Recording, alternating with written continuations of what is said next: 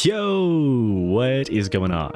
So today, as the title suggests, I will be talking about Dispatch while a speed paint, time lapse, whatever you want to call it, of me drawing Invisigal is going on in the background.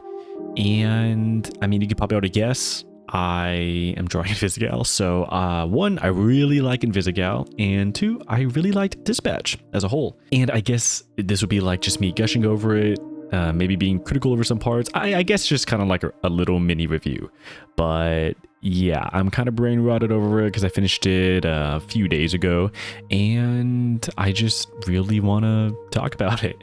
But yeah, before we get into it, obviously, this is going to be filled with spoilers. And yeah, that's all I got to say about that. And I don't really have an outline or anything for this. I'm just going to be yapping about it, talking about it, and we're going to just jump around. You know, I may reference something from the last chapter and then go to the first chapter or episode, what do you want to call them.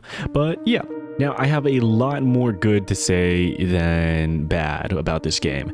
And I mean, right off the bat, this is the first story narrative game like this, like, you know, choose your own adventure type, that I actually bought myself. And I've been watching them for a while. I feel like I've seen so many streamers play games like, you know, the Telltale games like Wolf Among Us, The Walking Dead, games like Until Dawn, Man of Maiden, Madam, I forget what that one's called, The Quarry, Detroit Become Human, games like that. I've seen so many gameplays of them, like of streamers that I watch, and they're all like enjoyable enough, I would say, for me. But this one was, I thought, gonna be no different. In the middle of like watching a lot of Squeaks recently over the past few months, and he decided to play it. And after watching the first two episodes, like, you know, episode 2 ends with one Invisigal punching you, and two, like the Phenomenon blonde blazer thing, and I was so hooked. I don't know. I feel like I've been on superhero fatigue for a minute though, because I was one of those peoples that were super into the MCU, but after Endgame, I mean, I feel like the last Marvel movie I've seen was maybe Guardians of the Galaxy 3, but I remember that being like pretty good. But I'll be real, I don't remember anything about it. The last Marvel movie I could probably tell you something about was Spider-Man Far From Home. And yeah, I thought I was kind of over the whole superhero craze, so I never really thought much about this game. I mean, I vaguely remember like Aaron Paul and Laura Bailey talking about it at last year's Game Awards, and I don't really remember much about the trailer, I'll be real. So I guess it didn't leave a lasting impression, but because I saw Squeaks, because I saw Ludwig's playthrough, I watched like the entirety of, I think Lud is the only person that I saw their entire playthrough for, but mainly because it was like the opposite of mine. Because if you're wondering, I went down the romance Invisigal route and got the good ending, and it was awesome.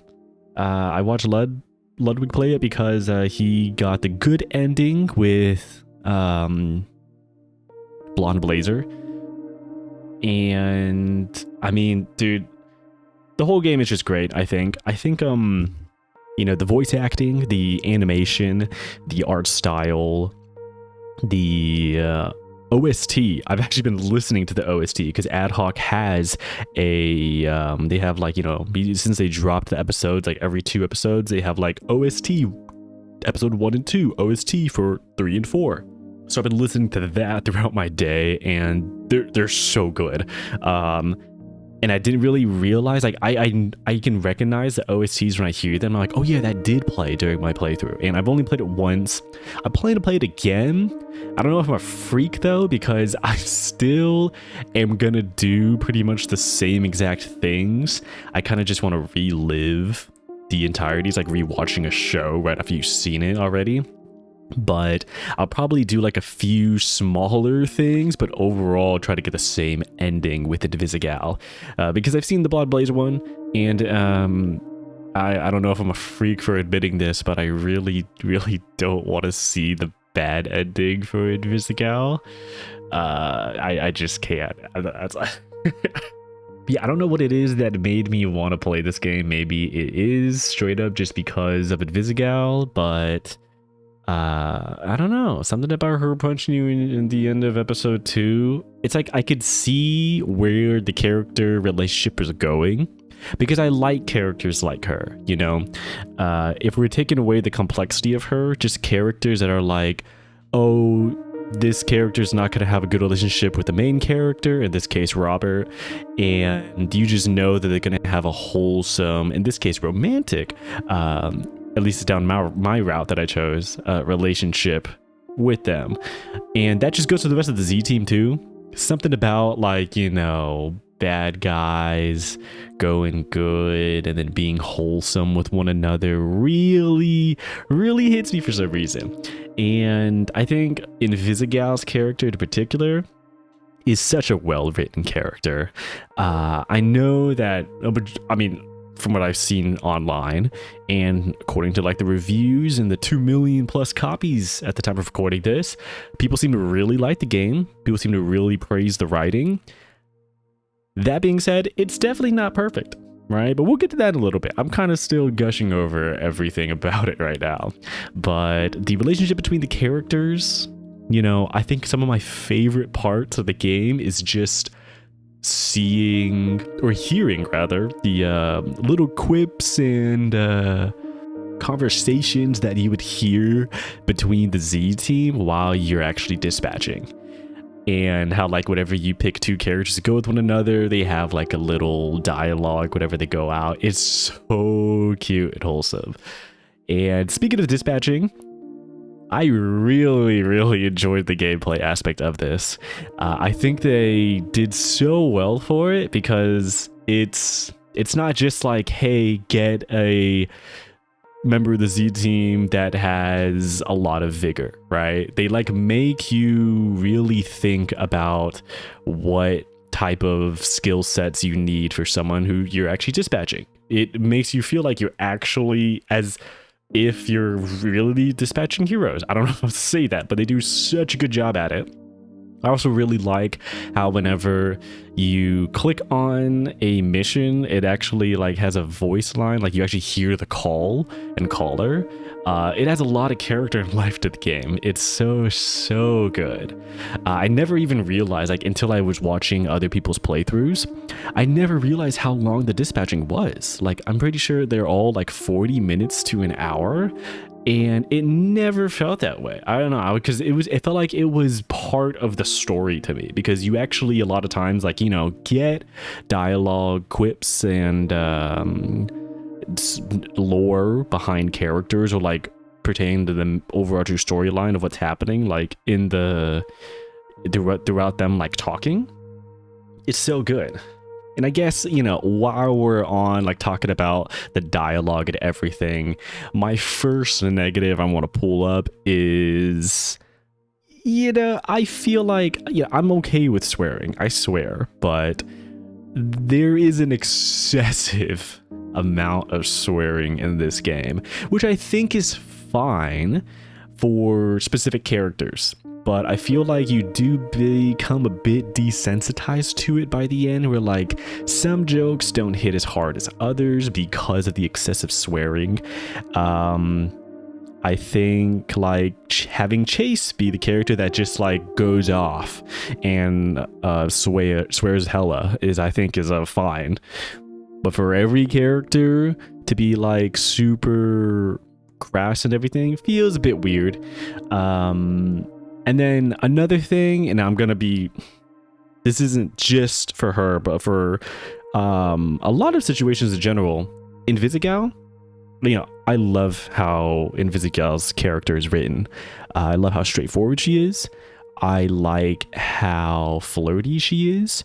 Yet, there are some times where, like, she does not have to say a hee hee ha ha every single time she opens her mouth, and it does not have to be a cum penis dick joke every single time either.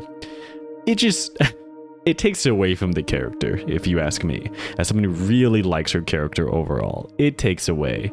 I think one I can think of at the top of my head is whenever she's trying to get the astral pulse and she's like, does it look like a butt plug? It's like, okay, one, it doesn't look like that, and two, I don't know, it just did not seem like the time or place, you know. It makes your character feel more two-dimensional. It's like, oh yeah, here's the flirty, crass character, right? And yeah, that's what she is, but not every line has to be that. That being said, I still really, really love her character. Overall, the humor hits way more than misses for me personally. Again, I'm just trying to think of everything from the top of my head. I've only had one playthrough, so it's not like I have a list of like, this is what I thought was unfunny, this is what I thought was funny, right? But like, I feel like I'm not really into like fart jokes, but like the one with Invisigal in the restroom with Robert, when she's like, last night I had a dream we were fucking, and then it was like interrupted with Water Boy's like nasty wet fart. I thought that was super caught off guard. I thought that was hilarious. But then like you jump to episode 6, if I'm not mistaken, whenever like Robert and Chase are outside and then another fart joke drops, you know, not my cup of tea. That being said, I'm not here to count how many times I laughed out loud, because I laughed out loud quite often, but you know, I do understand not every single joke has to hit and land, but you know, like I said, most of the time I enjoyed it, because even if it didn't make me like laugh, it's still entertaining. The game is still fun. And from what I understand, there's a lot of choices. You know, throughout these games, there's limited routes and whatnot, but a lot of small things happen here and there from what I've seen, and I really like that about the game.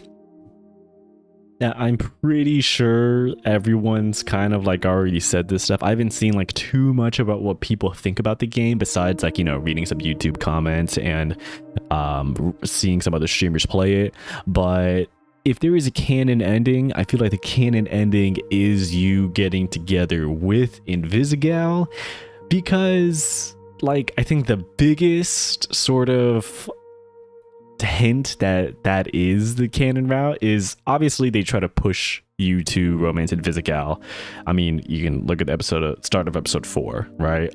But you always see a sad seed whenever you don't pick Invisigal, right? I noticed that whenever I was watching Ludwig's playthrough, because he was romancing Blonde Blazer. And first one I've realized was the first major choice you get at the end of episode 4, whenever you have to pick Blonde Blazer, like dinner with Blonde Blazer or the movie theaters date with Invisigal.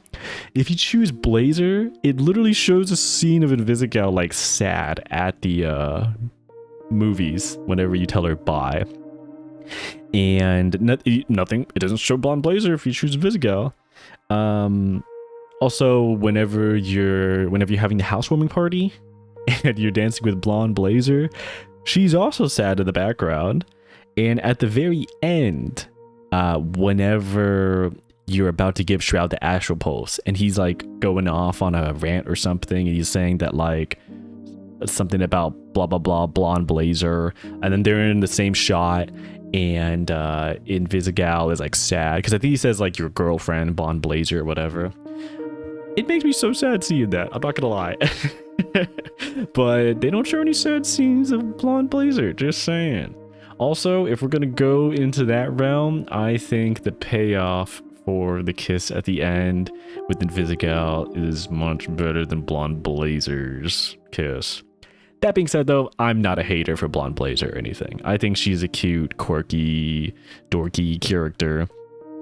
But again, I just feel like Invisigal's the canon ending, because they don't really like, the chemistry between them is so much more than Blonde Blazer, because you don't really get a lot of chemistry between. I think the most chemistry you get between Robert and Blonde Blazer is like chapter 1, episode 1, right? That's how I feel anyways. I think my favorite episode might just be, well, oh, that's a tough one. I think overall it might be 5. I hope I'm getting that correct. Is whenever you go to the bar fight. My favorite moment would have to be the movie theater moment, though. We'll talk about that first. But it was so wholesome. Like I said, I was playing. I knew in my playthrough, I only knew what happened from chapter 2, from chapter 1's to episodes 1 and 2, but I had no idea what was happening the rest of it. Right. It was all a surprise to me. So actually getting the movie theater date, oh, so cute. I mean, oh, how do I say this? You know how I just said that, like, it shows Invisigal being sad whenever you don't go to the movies with her. It's like, yeah, she's a loner, but like the way she's talking there is like, it's so relatable. She's like, yeah, I miss popcorn. The movie didn't start for another 20 minutes. She's practically like, she's inviting Robert out without inviting him. I don't know if this is relatable. I feel like that is a relatable situation where you kind of like lay everything out for the other person to pick up what you're putting down. And in this case, that's what it felt like. And to see the payoff of like Robert just coming in and showing up, it's so cute. It's so cute.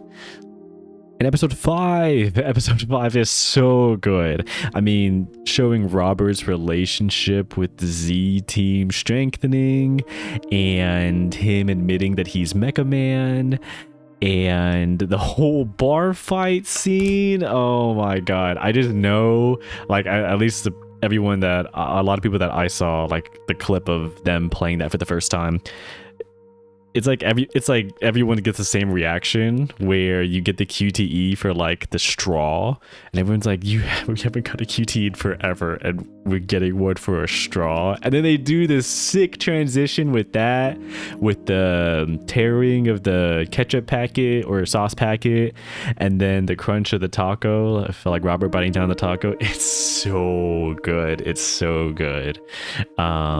And then that's where I think the most iconic line comes from. The fuck you mean temporarily, bitch you blind forever. Oh my god, it's so good. It's so good. That might be the hardest I laughed during my playthrough. But yeah, I genuinely think the performance for all the VA, like every single character, was so good. And the synergies between them. I mean, I've seen like the interviews that they've had with each other. I've seen a good amount of them. It's just so good. I don't know, man. Another thing is, I genuinely haven't been this obsessed with like a shipping of 2 characters, maybe ever, low-key. Invisigal and Robert, their dynamic is so good, dude. I get a stupid big smile on my face every time I see Invisimech fan art. But I'm telling you, the dynamic they have is so yummy. They do emotional parts really well in this game as well. Like, I at the start I already liked Invisigal. I already liked her before I even knew that like that she was like a romance option, right? But then like, what is it? The end of episode 3, is it? Whenever like you actually helped Invisigal out, and that whole speech that you give her, I was getting emotional there even, Obviously got emotional during the chase scene. I don't remember if I did cry or if I was really close, because it all happens so fast that I'm like in more shock and denial than anything, right? And I guess while we're on that topic, I try to be non-biased. Like, okay, if Invisigal wasn't the one that did the whole reckless thing and put Chase to near death, would I still defend her? And I think yes, right? Because I think like emotionally reacting at the time, saying, "Oh my God, it's Invisigal's fault that Chase is almost dead." I think that's fair, but then you also have to think that like Chase is the one who chose to save her when he did not have to. And whenever like the next scene, or in episode 7, the beginning of episode 7, whenever Waterboy asks you like, do you think Chase did the right thing? I think that is like easily a yes, because for you to say he didn't do the right thing just takes away the heroism of like that action, right? And I mean, Robert puts it beautifully whenever he's talking to Invisigal, and he says something along the lines of like, you knew what you were putting on the line, getting the Astral Pulse for me, but you weren't aware of what Chase was willing to put on the line for you, right? And that line hits hard. But was Invisigal being reckless there? Yes, 100%. But is it her fault directly that Chase almost dies? No, I don't think so. Also, emotional, like cutting her is crazy, I feel. Just the emotional response of cutting her, I don't know. Again, if you didn't already like Invisigal, it's a perfect opportunity to just say like, oh yeah, get her out of here. But another moment, like in the same instance, whenever, huge shocker, by the way, I really like how they revealed that like Invisigal was there that night during episode 1. That was crazy to me. My jaw was floored. And again, I think it is easily the correct emotional response to just be like, that's okay. Like, I forgive you, right? Again, even if you're not trying to romance her, I feel like it's so immature to be like, oh, we're through. I think it's like one of the options, like, oh, we're done or whatever. Because it's like you didn't know each other back then, and she was a villain doing villain shit, right? Like, we didn't judge her for anything else she's done or anyone else on the Z team for their past, but just because for that moment it pertains to us, that doesn't make it any different, is how I see it, right? Like, it wasn't personal. The job that she did putting a bomb on Mecha Man was not personal. It doesn't automatically become personal just because we're part of it. So that's how I feel. And I feel like I would have the same takes if I was not attracted to her. But yeah, that's how I feel. What else is there to talk about? Oh, we talked about the OST earlier, which was great, by the way. But the music that they use that wasn't particularly made for the game, as far as I know, is also great. Thought Squad, the voice actress for Prism, her Pound Cake song at the end of episode 2, as well as Ho's Depressed, I believe is the title of the song that Prism sings during the bar fight in episode 5. Those two are a great listen. But my favorite song would easily have to be Radio by Bershi, which I have been jamming to for the past few days, almost nonstop. It's insanely good and catchy. And when it first plays during the montage of the housewarming at Robert's apartment, it is... I feel like I got so emotional during that part. I think it was like, it was up there in terms of scenes that got me emotional. Again, just seeing the wholesomeness of it all of the Z team getting together, and then seeing the scene with them, and in my case, seeing the scene with Invisigal and Robert dancing, dude. so good. It's so good. It's this game's definitely super wholesome, and I love wholesome things. So I also did buy the deluxe edition like right after I finished it, and I haven't gone through the entirety of the art book yet, but I just love seeing the behind the scenes and artwork for games and movies and stuff, so it's super cool for me to go through that. And low-key, that might be all I have to offer. Right, I talked about my criticisms, I gushed about my favorite characters and everything. The piece, obviously, I mean, if it wasn't obvious enough, you have the salute for whenever she's like, where's the perp, Lieutenant? Or whatever, at the very end of the granny scene. At least if you choose one of the dialogue options, you get that. And she's so cute. She's just saluting with like a bunch of jelly on her, covered in jelly. But then you have obviously a scene of her from episode 4. And then just a normal that the full body scene was, or so full body pose was just something I came up with. Which I need to do more of, to be honest. Need to do more basic poses and do my best to make it look more interesting. But yeah, I think if it's her style or attitude rather. But yeah, that was a bit different. I yapped about Dispatch while you looked at a speed paint, time lapse, whatever you want to call it, of me drawing Invisigal. And hopefully I draw more of her in the very near future, because I have just finished my one commission that I had. Very fun, story-driven game with great cast of characters. All right, yep. I don't remember if I have an outro. Bye-bye.